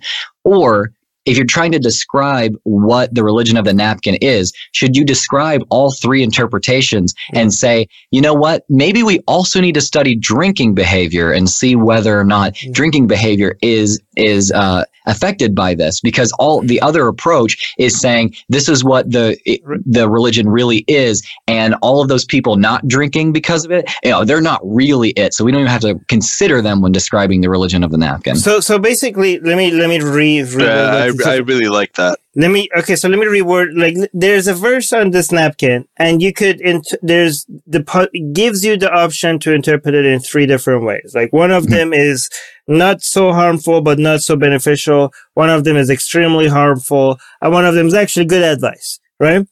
And what your criticism to the napkin religion atheist is that don't say that this worse interpretation is the only thing you could get out of it, right? Yeah. My response to that would be, I'm not saying that this is the only interpretation I'm getting it. My problem with the napkin is two things. First of all, that third interpretation is a very plausible reading of it, right? Yeah. So even though, yes, you could get one or two, the good one and the moderate one, the thing is that it doesn't really make it clear, and that really bad interpretation is definitely plausible reading. Yeah. But my main problem with the napkin religion is that why the fuck are you listening to a fucking napkin? Right? Right. That's the main issue, right? And so people say, well, that's not, moderates will say, that's not true Islam. The thing that you're criticizing, forcing women to wear hijabs. That's not true Islam or whatever. And I say, okay, well, I'm still criticizing Islam because you can demonstrate that there is an effect. There is an A to B there. Right. Yes. Even if, I'm not even saying that there's a true interpretation of Islam, there's tons. Right. You can demonstrate that the fact that this exists is motivating people to do things that are just not okay. Right. It's motivating people to do some things that are cool, fine, whatever, right. Like be it to make zakat or whatever, like give charity. Actually, zakat is not a good example, but maybe here's a good, because the zakat example is mostly goes to the people that shouldn't be holding the money. The best example for maybe in Islam that's something good is that taking care of orphans. Use that example. Yeah. So that's a good example. I appreciate that. Yeah. And so there's things that, and people can interpret it a bunch of different ways. People might interpret, like, some people might interpret zakat even as giving to like good, decent charities, or there's and taking care of orphans or whatever. That's cool. Then there's a through line there. It's just that like any atheist or anti-theist often says, you can get that from elsewhere, right, very obviously. And there are plausible readings that are horrendous, and that you can tell that, yes, people have actually taken those plausible readings and done terrible things with them, sizable numbers of people. So what do we need to do there? Well, maybe we need to rip up the napkin, or maybe we need to tell people, hey, don't listen to a fucking napkin. Yeah. Actually, this is I love your example, because this actually goes into my problem with the reform movement, is right? Because the reformers are saying, like, hey, let's look at this napkin and try to encourage people to get the interpretation that is the best one, right? Like, no, let's tell people to not get advice from a napkin. In fact, by trying to focus on the interpretation of the napkin that is giving you the best advice, you're actually giving legitimacy to people listening to random napkins that they find in the bar. Right? Yeah. And on top of that, I think that there's also an argument of, whenever people get into this minutia of what does this verse mean? What is that verse? It's actually a lot of fun. I enjoy it a lot because, when you read about it, it's a lot of fun having those discussions. But I think the more effective approach is to, even if you don't want to go as far as getting them to reject it, which is what all of us support. But, you can just challenge the idea of infallibility, right? Just say that, okay, you've got this text. Is it because when the demotion from something that is infallible to something, or something that is divinely revealed to divinely inspired, even though it seems like a small demotion, it is a massive demotion, because it allows people to cherry pick. It allows people to sort of download into the scripture. So if you raise people that way, if people are taught to think that this is divinely, and this happened. We saw this in Judaism. It's like, it was the literal word of God, and then it got demoted to divinely inspired, and drink is yours.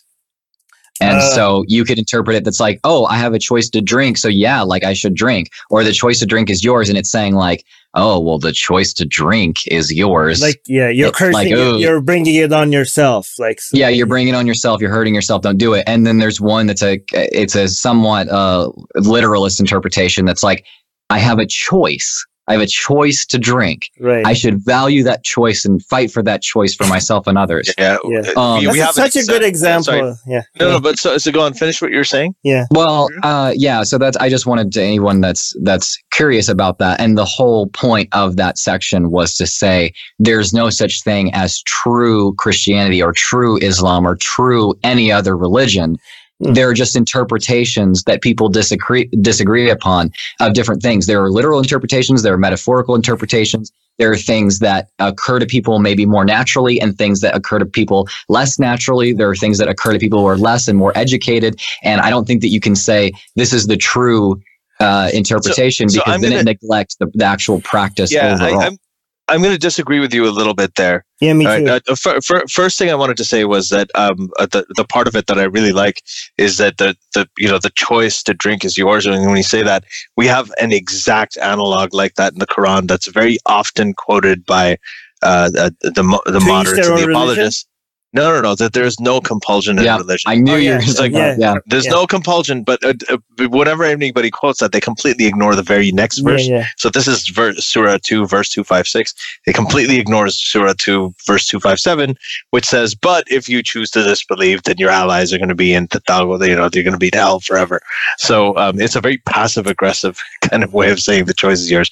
But the place I disagreed with you on is when you were talking about the literal and the metaphorical. I think that when people say that, they seem to say it as if it applies to pretty much all of the scripture. Like you can take anything in scripture, you can interpret it any way they want to, but that's not true.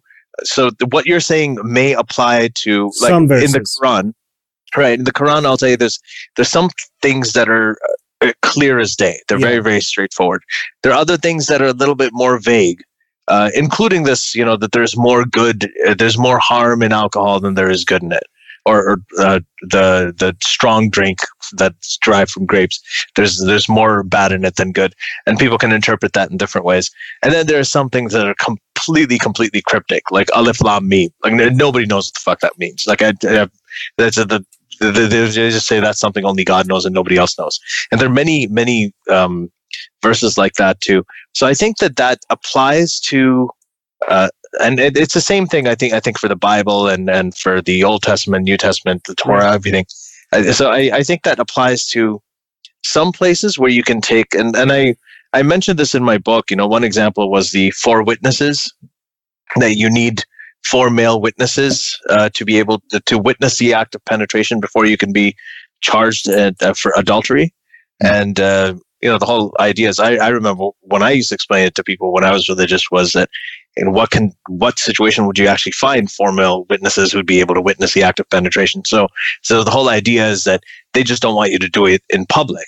If you're doing it in private, that's your business. We should have said that more directly. Yeah. Anyways. Yeah. So in my case, I would use that because that was something that was twistable, right? But when it says, when you have other verses that are just really, really clear and straightforward, right? Like don't eat the flesh of swine, for instance. There's no getting around that. You can't really mess with it or interpret it. Can I respond to this as well? Because so I agree with Ellie. Like if you want to compare the napkin with like Islam or Christianity, there are some parts that it is true Islam, because there are some parts of the, like maybe that verse that you mentioned could be interpreted into different ways, but there are some parts of it that, like, for example, the Quran, the idea of non-believers burning in hell is pretty straightforward. Like you can't really argue with that unless you're really trying to, right? So that is part of true Islam. And another thing that is part of true Islam and also part of the true part of the napkin religion is whatever, even if you have 3 different interpretations, you could argue that the napkin itself is part of the napkin religion. It's a true part of the napkin religion, right? Like if you do take out the napkin out, now you don't have the napkin religion. So there is some core that is consistent within all the different branches of this religion, right? Like, which is the fact that we're following this napkin, right? So if we're talking about true Islam, this is like the best conversation ever. So it's all napkin thing. This is one of my favorite things to talk about, actually, this specific subject. And so when it comes to Islam, for example, even if there's a certain verse that is, you could get different interpretation of it, the fact that you're following the Quran is true part of the Islam as a religion. And that's criticizable as every Islamic idea that you could possibly want.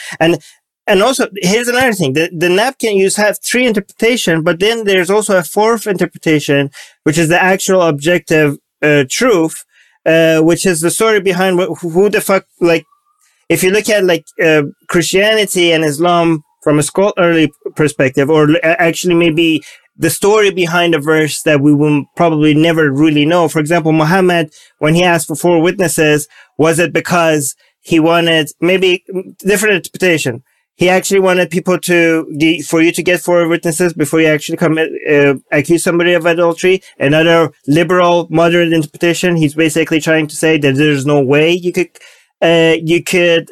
get somebody to accuse someone else of adultery. Or maybe the reality was that somebody accused his wife of adultery and he was just trying to get out of a very tough situation, right? So the napkin story, you have 3 interpretations, which is the religious interpretations, but then also the academic, or maybe the real story behind what was the story behind the person that actually wrote that on a napkin and put it in the bar, which is actually the favorite, which is actually now makes it a more fun way of looking at religion, because now it's detective work and analysis of history and everything. But sorry, go on.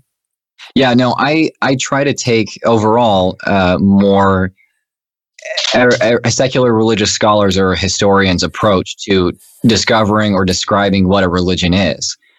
So, I like to look at what I can discern, hopefully, to be the original intent or the historical context of this or that. However, I don't necessarily say that the practice which abides by the original intent of the author is a more core version or more true version of the religion itself. Right. And so one thing I wonder is, I mean, do you stand by the idea that one of the true tenets, or one of the tenets of true Islam, is the belief in hellfire and its use as a punishment? No, I would say one of the true tenets of Islam is to follow the Quran, right? Okay. And I'm having a hard time finding out how could somebody read the Quran and not get the idea out of it that non-believers are going to burn in hell. But I'm trying to come up with such an inclusive definition right. to even allow for that. But the whole idea of just following the Quran is already problematic enough for me to be able to point at that and be like, well, that's absolutely ridiculous. Even if you want to come up with such gymnastic arguments to get out of verses like that, right? It's just, what I would say is that it's just, if you come up with an like there are some verses that you could play gymnastics easier with than some other verses. And the idea of unbelievers not going to hell is a very difficult, you have to really be unbelievers flexible. Going to hell. It's actually in every other verse. It says, those who reject this. For them, there is a doom, there is a hellfire. It's such a big theme of part of the Quran that's trying to there suggest... hundreds of times. To try to suggest that it doesn't say that, you have to be very good at gymnastics, basically. That's what I'm saying. Yeah. So if there were such a people group that said that they said that they were Muslim, but they didn't necessarily say that they followed the Quran, but they still insisted that they were Muslim, then would you consider them like true Muslims or truly Islamic? So do they think that the Quran is the word of God? Let's say no, because they don't follow it. Well, I mean, most Muslims don't follow it, even though they do say it's the word of God. Yeah. So, but these people are going as far as saying that it's not even the word of God. Right. Yeah, they're not. But they still say that they're Muslim, though. They're not Muslim. I would consider them Muslim. No, I wouldn't consider them adherent to Islam, but I would. This is something. But I don't think most Muslims are adherent to Islam. This is something. But I would still. This is something me and Ali disagree with a lot. Yeah. My whole and this, I think it goes to the idea that these words, the way that I think about this is going to be different from the way Armin thinks about this. So this shows that these things evolve and different people think about them differently. For me, there's the shahada, the declaration when you convert. Basically, take a shower, you say, La ilaha illallah Muhammad Rasulullah, which means that there's no God but God, Muhammad is his messenger. So for me, those are two fundamentals. As long as you say that, and most people who say that, they haven't read the Quran, they don't know what's in it.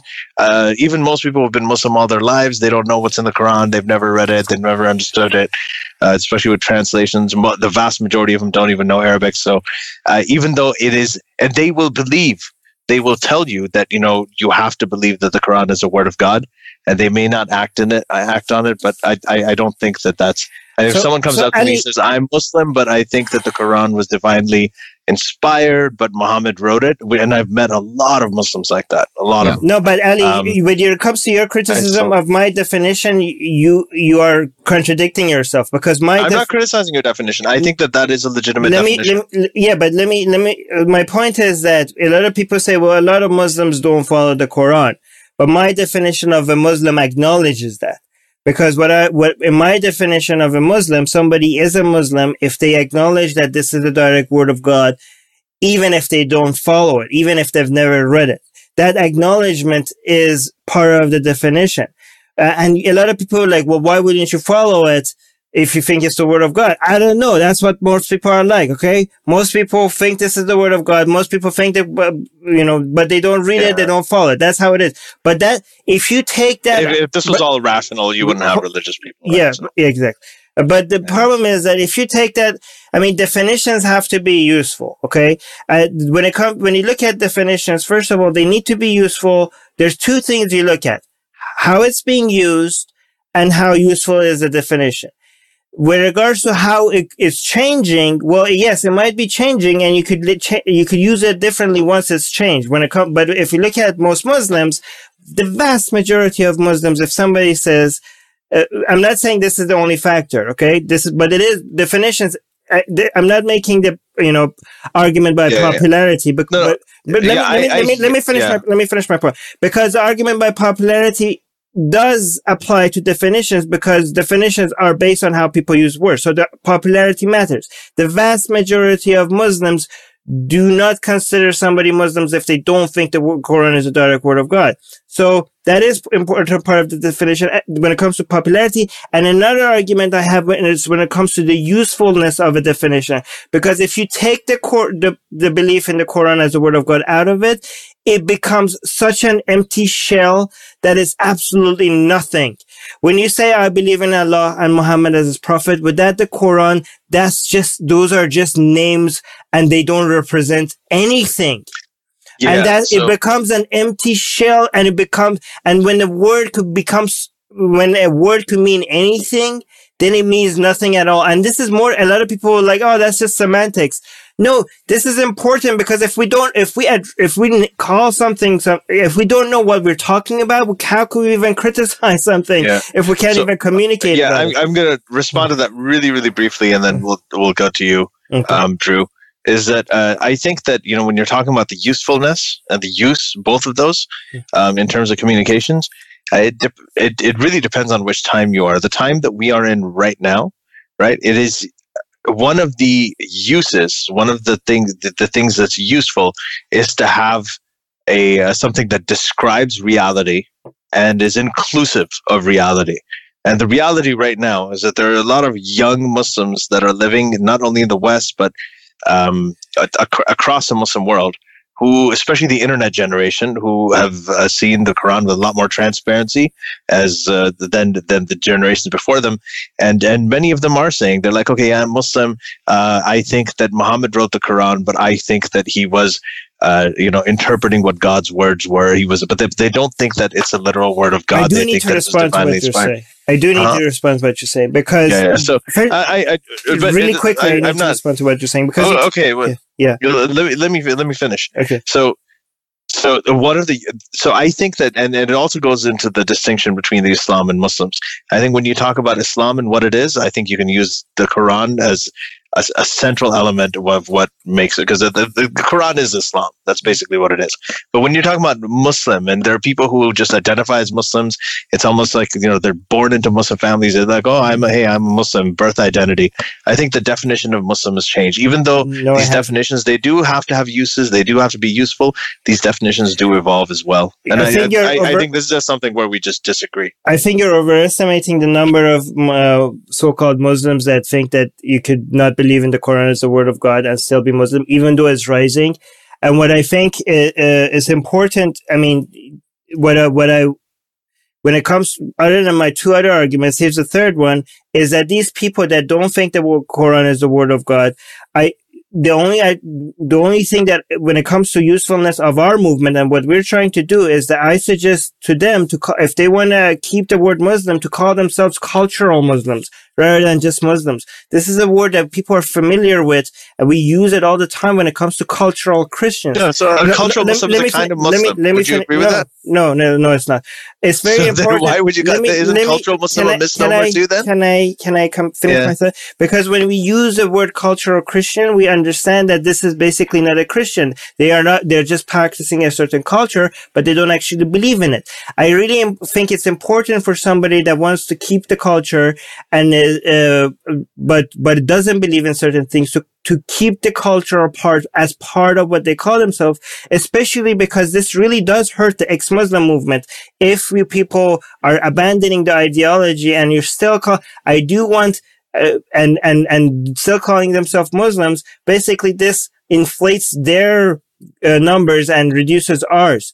I think if you're a user, but that shouldn't be a concern. When we're defining a word, it shouldn't be about whether it's helping us or it is. It is important. No, it is important because if we're talking about changing definitions, the usefulness of it is part of the discussion.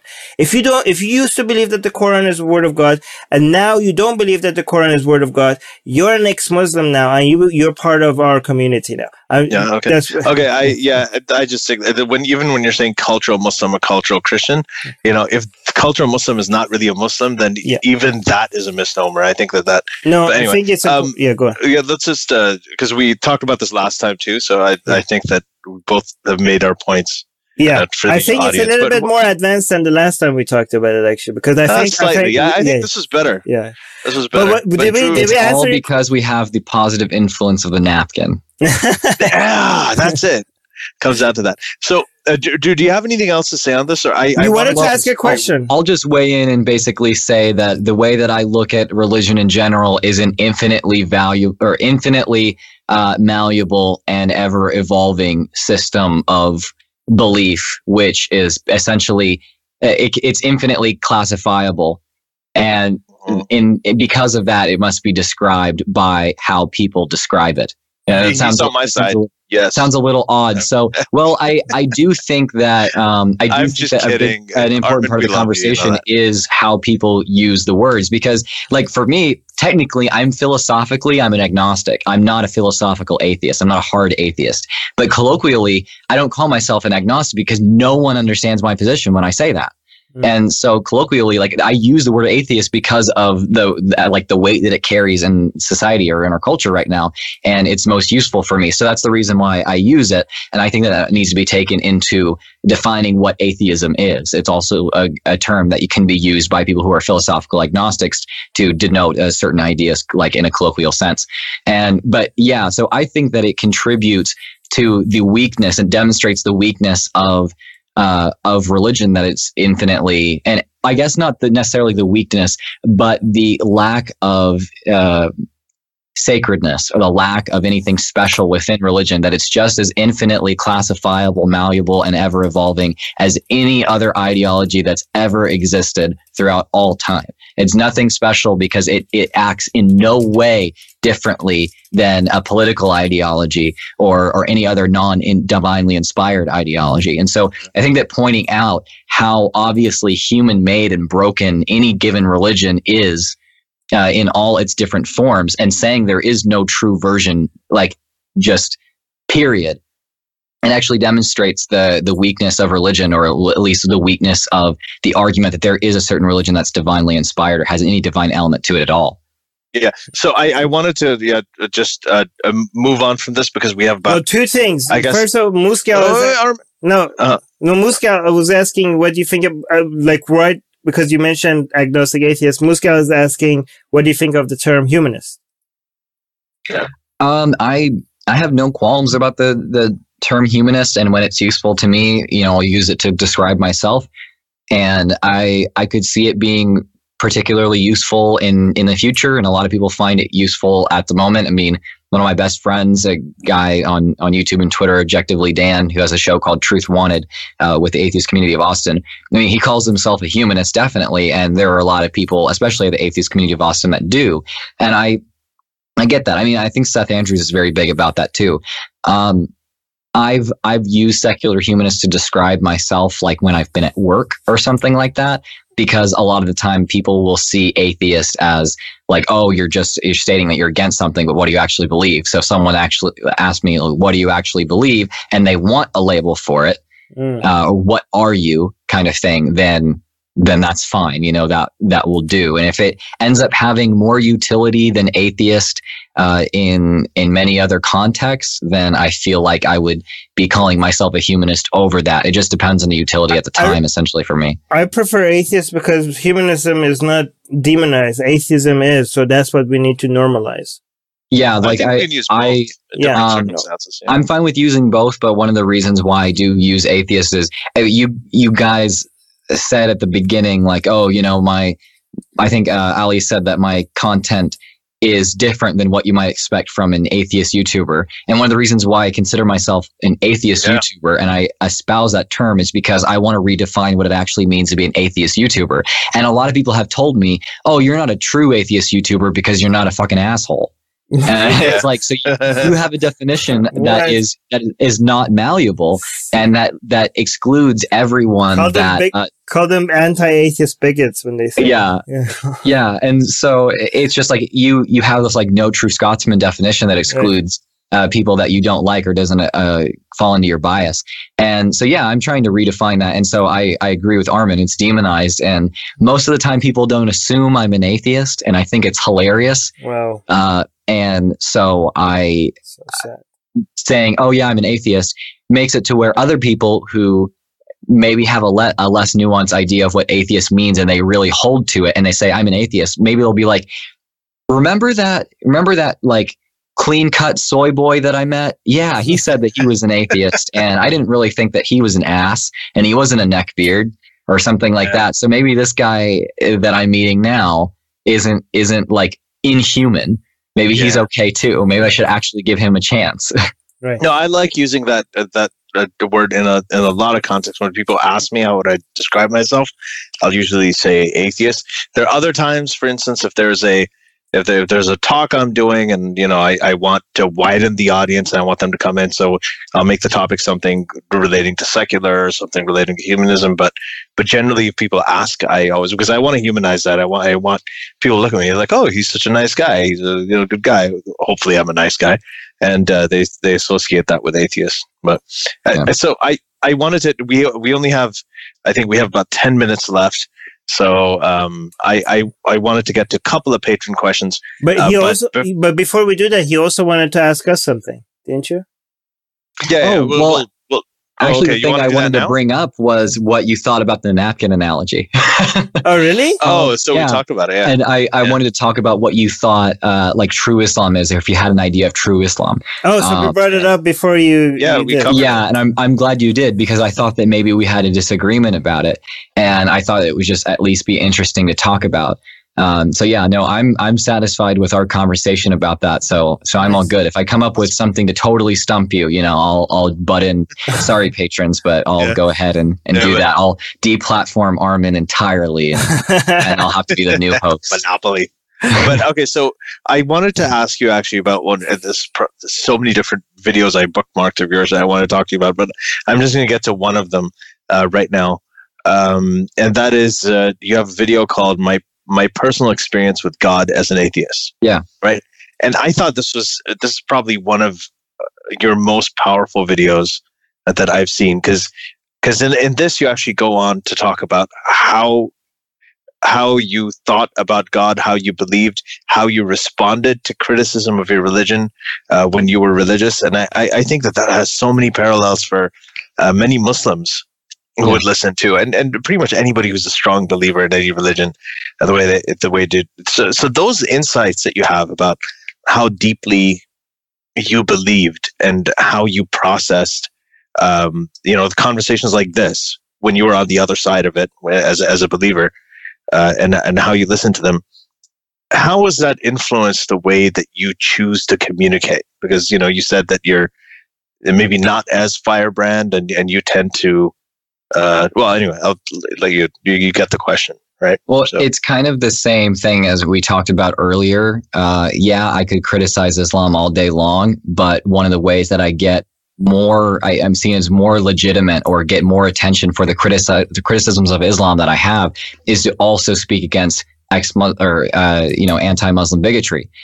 So one of the ways that I can get more attention to the criticism of religion in general, or of dogma, or of Christianity, or whatever that I'm criticizing, is to reach out and say, more compassion is needed on this, and we can speak against these ideas and still be friends. And I, personally don't have something against the people that believe differently than me in such and such a way. Like, I don't think of them as any less human or less deserving of understanding and compassion as me. So in a way, just like I talked about before, that is both something that allows me to get one of my goals done and accomplished faster, but it's also not necessarily a caveat, because I really do think those things.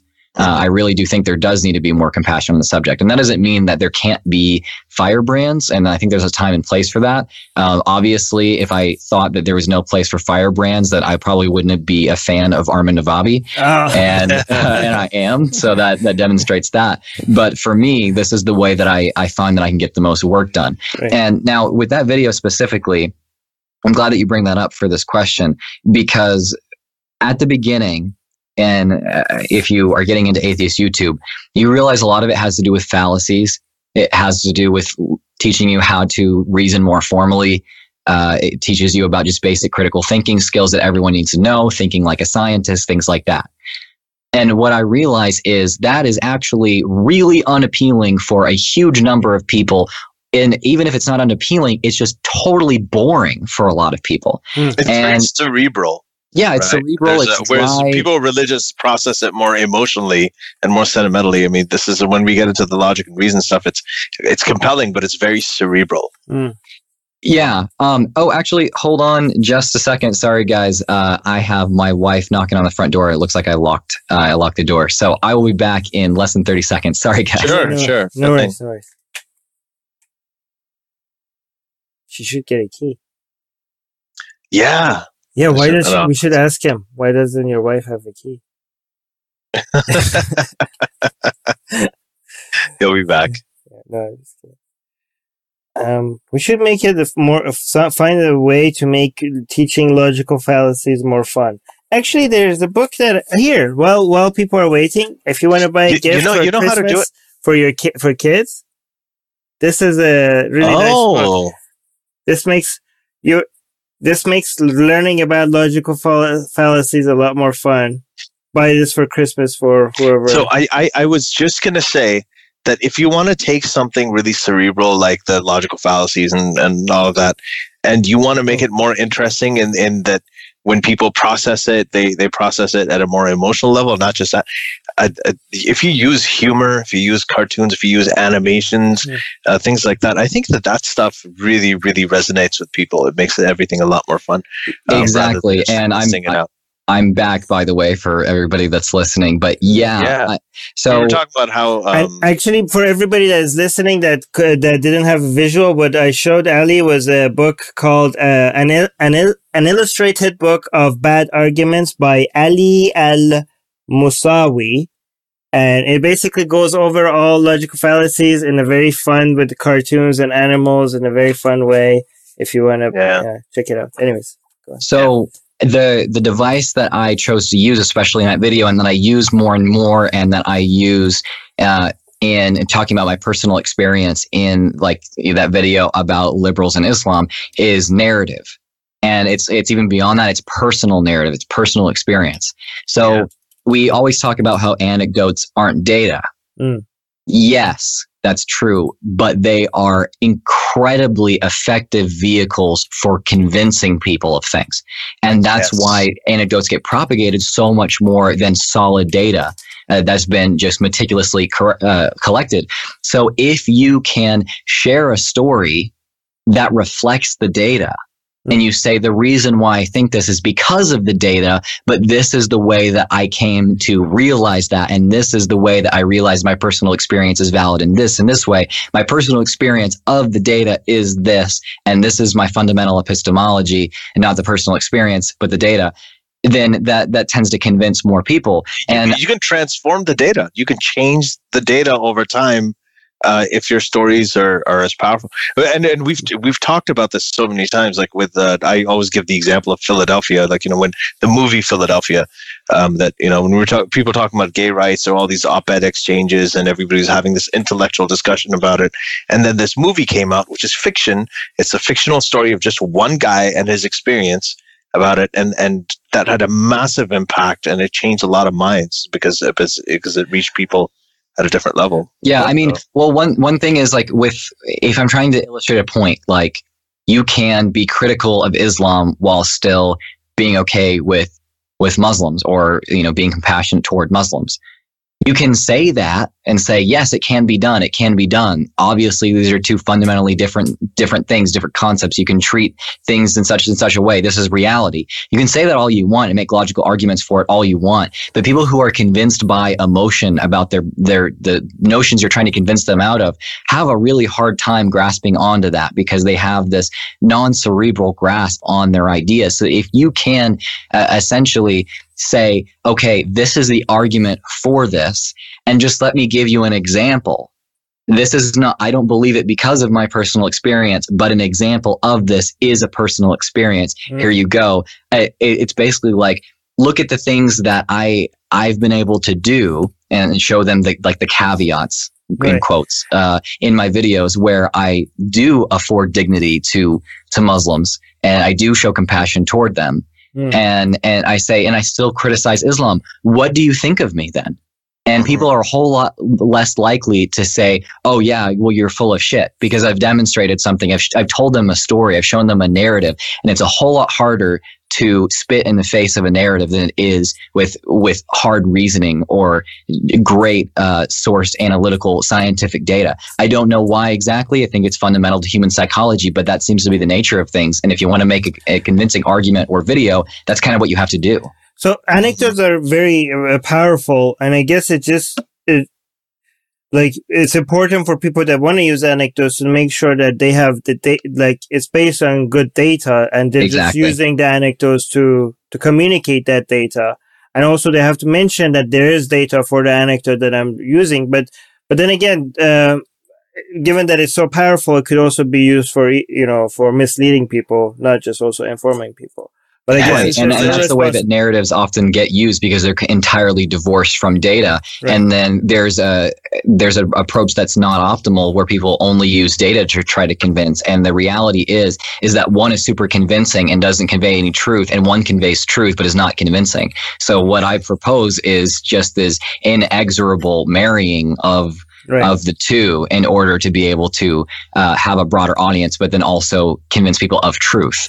Yeah, it reminds me of when they had the primary debates, and Donald Trump that's told that story about that kid he knew who was a great kid, and then he went and he got vaccinated, and then he came back, and that just fed into, I was like, oh, that is so damaging, because clearly it's complete bullshit, and it's an anecdote, but it's going to change the way that a lot of people think. This was my thinking behind starting Atheist Republic voicemails, all right? Because you could say like, hey, atheists from around the world, this is how they're feeling, or you could just listen to them tell you their stories, right? So tell the stories, yeah. Yeah. So anyway, Drew, man, we have to have you back on here again. And what are you going to do next? What are you planning for future? Well, right now I'm moving. And so I've been super, super swamped. It's been a crazy busy past couple of weeks. So I'm not totally sure what my next few videos are. I have an idea of, and it's exclusive for people who listen to Secular Jihadists. And I'm thinking about talking about the idea, and there's some people out there who have the idea that Sam Harris is proposing a secular religion. And I want to look at the idea of a secular religion, or like a non-theistic, attempting to be non-dogmatic type of quote unquote religion, a more Durkheimian sense of religion than the I love that. So that's interesting. And also, like, is Sam Harris, actually trying to do that? Should this actually come about? And then I also want to, will take a lot of research. I don't know how soon this will be, but I want to look at like the arguments, for essentially take, Majid Nawaz's positions and take Armin's positions, or any non-reformist positions, and put them in one video and try to present it clearly and as neutrally as I possibly can. Oh, that would be great. So I think that'd be interesting. And I want some people who are not Muslim, not ex-Muslim, and not British, who maybe are hearing these conversations more, to hear this conversation, because it's applicable to everyone. I want some Americans, I want some Canadians, I want people all over the world to be able to hear this, and hopefully I have a broad enough audience now that I can break the news that, hey, this is kind of a big deal and we should be talking about this.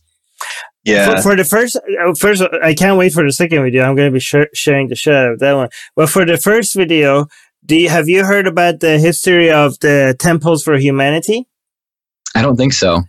Okay, so for the first video, look that up. Look into the history of that. There's this one guy that tried to do that, got some popularity. I don't know what happened to him. This was like way back, but there are some places, especially I think in Brazil, they're very popular. They have they celebrate humanism, but they actually have temples. And they're called temples for humanity. And what he tried to do, he basically tried to take religion, take all the superstition out of it, keep the ritual, keep the practices, and celebrate real things. And just sort of like, well, religion is, so look into what he did and see if you want to include that history in your video. Okay, cool. Yeah, that's a really good tip, because that allows me to put some more narrative in the video, which makes it much more interesting. Yeah. Yeah. So, last question. This is going to be a patron question, because, we had a handful of them, but we didn't really get to most of them. But I thought this was a really good one because it's relevant to what we were talking about earlier. The Buddhaman is asking, what do you think about Lawrence Krauss's argument that while Islam may be a bigger problem in the world in general, in the U.S., Christianity is a bigger problem? So he tends to focus on that. Like I said, I am not trying to dictate what people or control what people are focusing on in their activism. I largely look at, well, are you going to be more effective in one realm inherently because of your knowledge and because of your demographic or whatever? Are you going to be more effective in this realm or in this realm or this realm? And that's the argument that I would use in trying to convince someone to be active in whatever. Right. Not like whether or not you want to or whether this is a bigger problem. It'd be more their effectiveness. So I think that if Lawrence Krauss had the argument that he can be more effective in trying to dismantle Christianity, then he would have a great basis for focusing his activism there. Mm-hmm. And the fact that he thinks that is kind of an argument for, he has greater ability to actually do that, and maybe where he grew up and his innate knowledge. It lends itself to being a better activist against Christianity rather than Islam. And the position that I'm in, I don't think is that way. And so that's not why I act that way. Yeah, I mean, whatever reason you have, that as long as you're an activist and fighting bad ideas, you're already doing more than most people, right? Like if somebody is fighting, the example I give is like if you have somebody fighting against abuse against dogs, you don't go to them and say like, why dogs? Why you don't care about cats? Like, she's there's always going to be a bigger problem. There's always going to be something bigger. Yeah, but I mean, okay, and she might have different reasons. She might know more about dogs than cats. She might care about dogs more than cats. Maybe she lost something happened to her dog when she was a child, right? Maybe, there's so many different reasons, and whatever reasons that she has, maybe she just feels more passionate about dogs, right? The fact is that she is helping, what we have to fight is apathy, right? The fact is that there's a problem and she's caring about it. Now, you don't also go to skin doctors and be like, why did you become a skin doctor? Don't you think cancer is a bigger problem? Like what? Well, yeah. One of my favorite quotes comes from someone you might know. You don't go into a cancer, kind of cancer relief conference or fund or whatever and say, hey, what about AIDS? Oh yeah. You might know who said that. Yeah. But exactly. The whataboutism is ridiculous. I mean, anytime I talk about Christianity, they're like, "Oh, you don't talk about Islam enough. Why are you talking about Islam? You wouldn't talk about Islam." And I talk about Islam, and they're like, "Oh, well, you need to talk about Christianity. Why don't we talk about?" I know that's exactly what the right. This is what I say. Like, if I talk about Islam, people say like, not just Islam, all religions. And I'm like, well, why just religions? Why not all dogma? And they're like, okay, all dogma. What about communism? And I'm like, no, Nazism? Hold on. So they say like, why not all dogma? Why are you focusing on religion? They're like, okay, fine, all dogma. I'm like, well, why just dogma? Why not just all bad ideas? I'm like, okay, fine, all bad ideas. I'm like, why just bad ideas? Why not bad everything? I'm like, okay, anything that is bad is bad. Okay, is that general enough for you now? Like, are we covering everything? This is the advice. Well, first of all, then you have people like I've had come in and say, well, I'm a nihilist. What about everything? You should be fighting against that. But the thing that I have to say to the people who endlessly waffle is how I see it and are urging activists to fight against this or that or everything or whatever. Why don't you do it? Yeah. Right. Where's your channel? Where's your podcast? Where's your book? Where's your blog? Yeah. If it's not there, you have no room to speak. So I have people saying that I don't talk about climate change enough, or I don't talk about fascism, or people want me to shit on capitalism or whatever. And I say, okay, you think that these things are things that need to be talked about. You've never even tried to get where I am with my platform.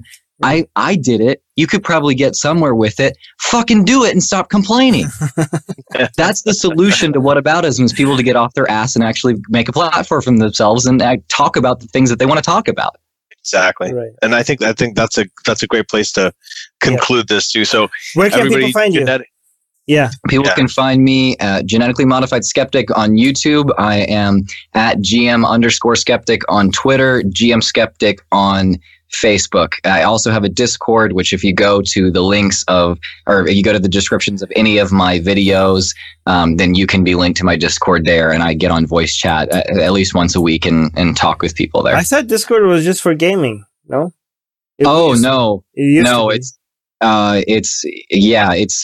growing and it's a pretty big deal. I mean, I'm not like a huge gamer or anything, and it's not what I use it for. It's to have a little bit deeper of interaction with fans. A lot of YouTubers have this, and as long as you can control it the right way and not let it devolve into shit, then it's a great way to. But it started from the gaming community, right? That's how it started. It was a tool for gamers essentially, but there's a lot of customization there.